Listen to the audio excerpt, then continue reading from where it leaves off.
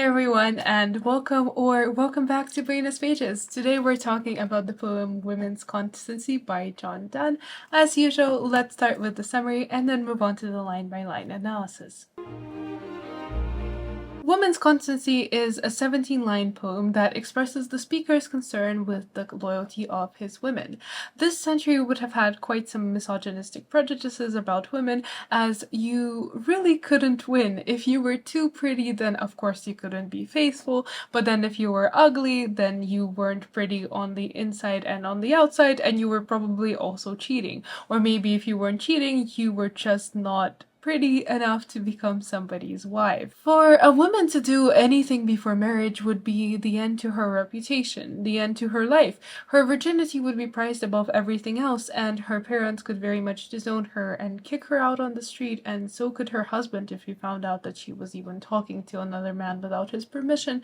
And so women had to be very, very careful about their virginity. It was their most prized possession. It was their only way of frankly, making a living out of themselves. The option was to marry someone of higher status and then live comfortably, and hopefully they would financially support you.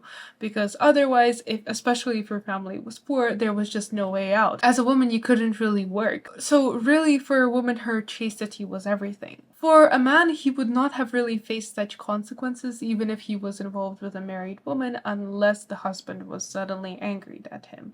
And women's constancy is the speaker questioning to what extent the woman will be loyal to him the morning after, whether she will honor the promises made to him the night before. It's a playful poem that references the standards of the time without really directly shaming the woman. It's more intended like a sort of tease of this persona of the speaker addressed to the woman in a desperate effort to get her to stay. And in fact, at the end of the poem, the speaker actually questions his own loyalty. So although this poem has been criticized as misogynistic, it does at times feel progressive as well. The poem challenges the conventions of the time and also the conventions of love poetry in general. It's 17 lines. It's not quite a sonnet, showing that is there really love in relationships like these, in one-night stands, as the poem is intended to persuade the lover to stay, but clearly the lover is not very eager and very passionate to stay. A, B, B, C, C, C, D, E, E, D, F, F, G, G, F, F is the rhyme scheme, and so the poem alternates between couplets and triplets and split-apart couplets, and again it highlights the volatility of this particular relationship. For my analysis of the poem, instead of going line by line and stanza by stanza, I have split this into manageable chunks, but the poem is written as just one long 17-line poem. Now thou hast loved me one whole day. Tomorrow when thou leavest, what wilt thou say? Wilt thou then antedate some new-made vow, or say that now? The poem starts somewhat in medias res with a question. Now thou hast loved me one whole day, what will you say when you leave? So we don't know what preceded this dramatic monologue, but it seems like the persona, like the speaker, is simply starting. Like he was in the middle of this conversation with a woman, and she goes, well, yeah, this has been great, but I'm just gonna go. And he goes, is that really what you're going to say? So it's this imagined scenario that the woman hasn't even started packing her bags yet, and he's just going to say, what, you're leaving me now after loving me one whole day? And so it's probably the woman, as we suppose from the title in the conversation, Women's Constancy, because he's criticizing her devotion. And thou, it's quite intimate. It's not a form that you would use without familiarity. It's a bit of a juxtaposition that thou is so intimate and so tender when they haven't known each other for that long, for one whole day. In fact, that's the butt of the joke, the fact that it's one whole day. It almost seems like an oxymoron to have whole as in entire and long, and one as in, well, one day, or rather one night. Wilt thou then antedate some new vow? Will you make some new promise, create some new vow for a stranger like myself? So, will you tell another stranger the same thing that you told me? Are you that unfaithful? Or you could also interpret it as, yesterday you promised me that of course you'll stay and you love me and I'm the love of your life. And tomorrow, when the passion wears off and when we've had this one night stand, are you just going to tell me that actually I don't love you anymore, but I promise I'll be back? Is this the kind of promise that you're going to make?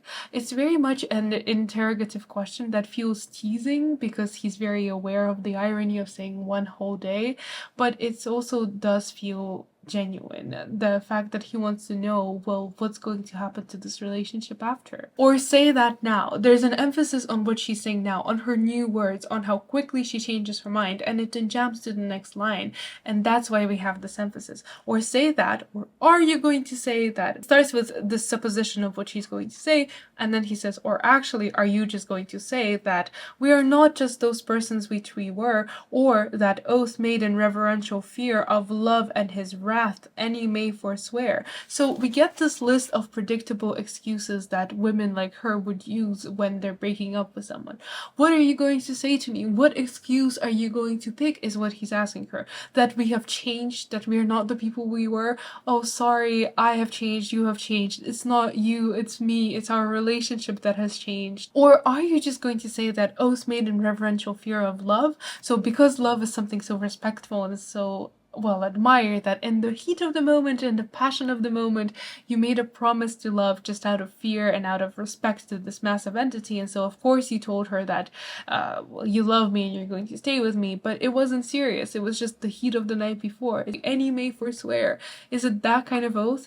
So he's guessing what the woman is going to say, and he's asking her, well, which excuse are you going to pick, really? Or, as true death, true marriages untie, so lovers' contracts, images of those bind but till sleep, death image them unloose. Or are you going to say, he continues with this list, it's not quite an asynthetic list because he doesn't just list things out, but there are other punctuations, so we could perhaps call it a polysynthetic list as he proceeds to list out the reasons and potential excuses that this woman is going to give him. Are you going to say that as true death do true marriages part?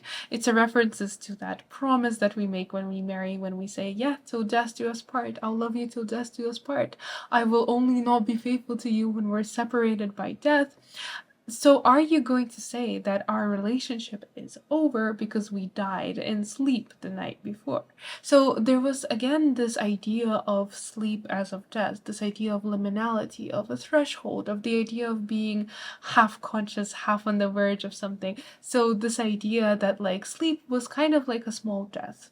So are you gonna say that actually we did die because we slept together? And alternatively, if you wanted to look at it from a dirtier perspective, you could see it as like the small death, the climax, the petit mort. So he's saying that essentially, are you going to say that because we've experienced the pleasure together, that's it, we're over? I mean, it's a ridiculous comparison, but he is essentially making fun of the promises of love, perhaps signifying that he's actually about to change his mind and become the inconstant one as well. The lover's contract, the images of that. The lover's contract, of course, being the marriage. So even though we have loved each other, our true love is done apart, does our ideas of this contract of love, images of those. So the promises that we have made are, well, just empty words, essentially. Donne is just coming up with more and more elaborate, ridiculous excuses. It highlights how silly the situation is, and frankly, how silly the excuses are, which happen after the night before, when they could just both admit that this is what they wanted, to part without any connections. And so now both are trying to think of things to say that won't hurt the other person's feelings. Things that actually mock the sanctity of marriage, because instead of just admitting that this isn't true love, they somehow made these heated promises. Or your own end to justify, for having purposed change and falsehood, you can have no way but falsehood to be true. He then switches back to you and your, which we'll discuss in a second, but we're back to the rhyme of several lines earlier. Loose, doze, untie, justify. So he brings attention to this accusation that you can have no way but to be untrue. You can have no way but falsehood to be true. You only know how to be false, how to lie. This has become your way of life. Your purpose changed. You have become so accustomed to telling lies that actually I can't blame you because I know that you're not doing this to hurt my feelings. I know that you just haven't lived in any other way, that you're so used to making up these stupid excuses and lying that you've forgotten how to tell the truth, that you just don't want anything to do with me anymore. You is actually more formal, less familiar. This is the shift. This is the Volta. It seems that now he's starting to see this woman for who she really is, without those rose-colored glasses, to understand that actually maybe they just aren't meant for each other. Maybe it really was just a fun one-time thing. There's a recognition that actually now distance has passed. We're nothing more than two strangers, and you could also be interpreted as you in the plural, so you as in you women. Kind of like the blaming of women that took part during this generation, so you, but it's also like you men in a way, so it feels like very much a universal poem, and there's a slight reversal of gender roles here because women are called fickle and inconstant, but really it's also the men who make these excuses. So he's kind of saying that it feels like it feels like a slight social commentary, that it's a message to society that actually who really is untrue?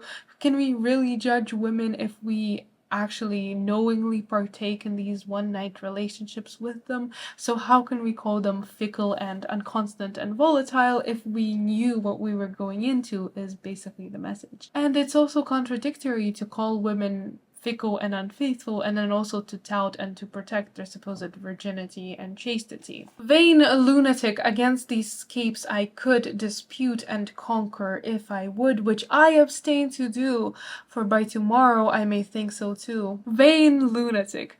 Who is this addressed to? I think it's purposefully ambiguous because it could be addressed to the woman, calling her a vain lunatic for caring so much about her appearance that she stooped to making these silly excuses that he now recognizes as excuses and well, as really just there to not hurt his feelings. Or is it addressed to himself? Is it maybe me, the man, who is vain because I'm so preoccupied with appearance that I've called women not chaste and fickle and volatile for sleeping with me, and then after I've slept with them, now suddenly I'm concerned about appearances and think that they should stay and believe in this idea of love. It's this idea that both of us don't seem to want to settle down and to live freely, so why are you criticized and I'm not? If anything, I should be criticizing both of us with vain lunatic. Against these scapes, these periods of loving, it's potentially again a reference to and a euphemism to chastity, that we're both escaping chastity, that they're kind of, chastity is the chain that sort of links us and keeps our morals intact, and here we have both escaped it. These situations I wish I could dispute and conquer. It's the idea of a sexual conquest, of being a winner in this relationship, of being the one in control. Could and would are modal verbs used to form the rhyme, but they're also used to show desire and inability and lack of certainty because there's a lack of stability in this relationship. If I could, I would go against this relationship and these situations, and I wouldn't even call it a relationship, obviously. That's the message here, but then he says, I abstain. I choose not to abstain. So it's a questioning of the supposed values of honor that men have, because they criticize these relationships and then they use that to criticize women in general, but they're the ones who partake in them as well. For by tomorrow I may think so too. Like, it's very much saying that actually, yeah, I'm criticizing you and I should be criticizing myself, but it's also very much saying, yeah, you're right, you've changed my mind. It's very much a look at the lies that we tell ourselves and we ask who is really to blame. It's also a challenge to ask, is it really the woman who's to blame, or is it me from expecting it from the woman, or is it the both of us? So in a way, it is quite a progressive poem for the notions of the time, even if it does supposedly makes use of a lot of the stereotypes about women's constancy or supposed inconstancy. So I'm very much interested to hear what you guys think about this poem. It's for sure a thought-provoking one, and I suppose very relevant given the rise of one-night relationships in today's modern dating culture. So thank you so much for watching this video. I hope you enjoyed the series on John Donne, and I will see you next time.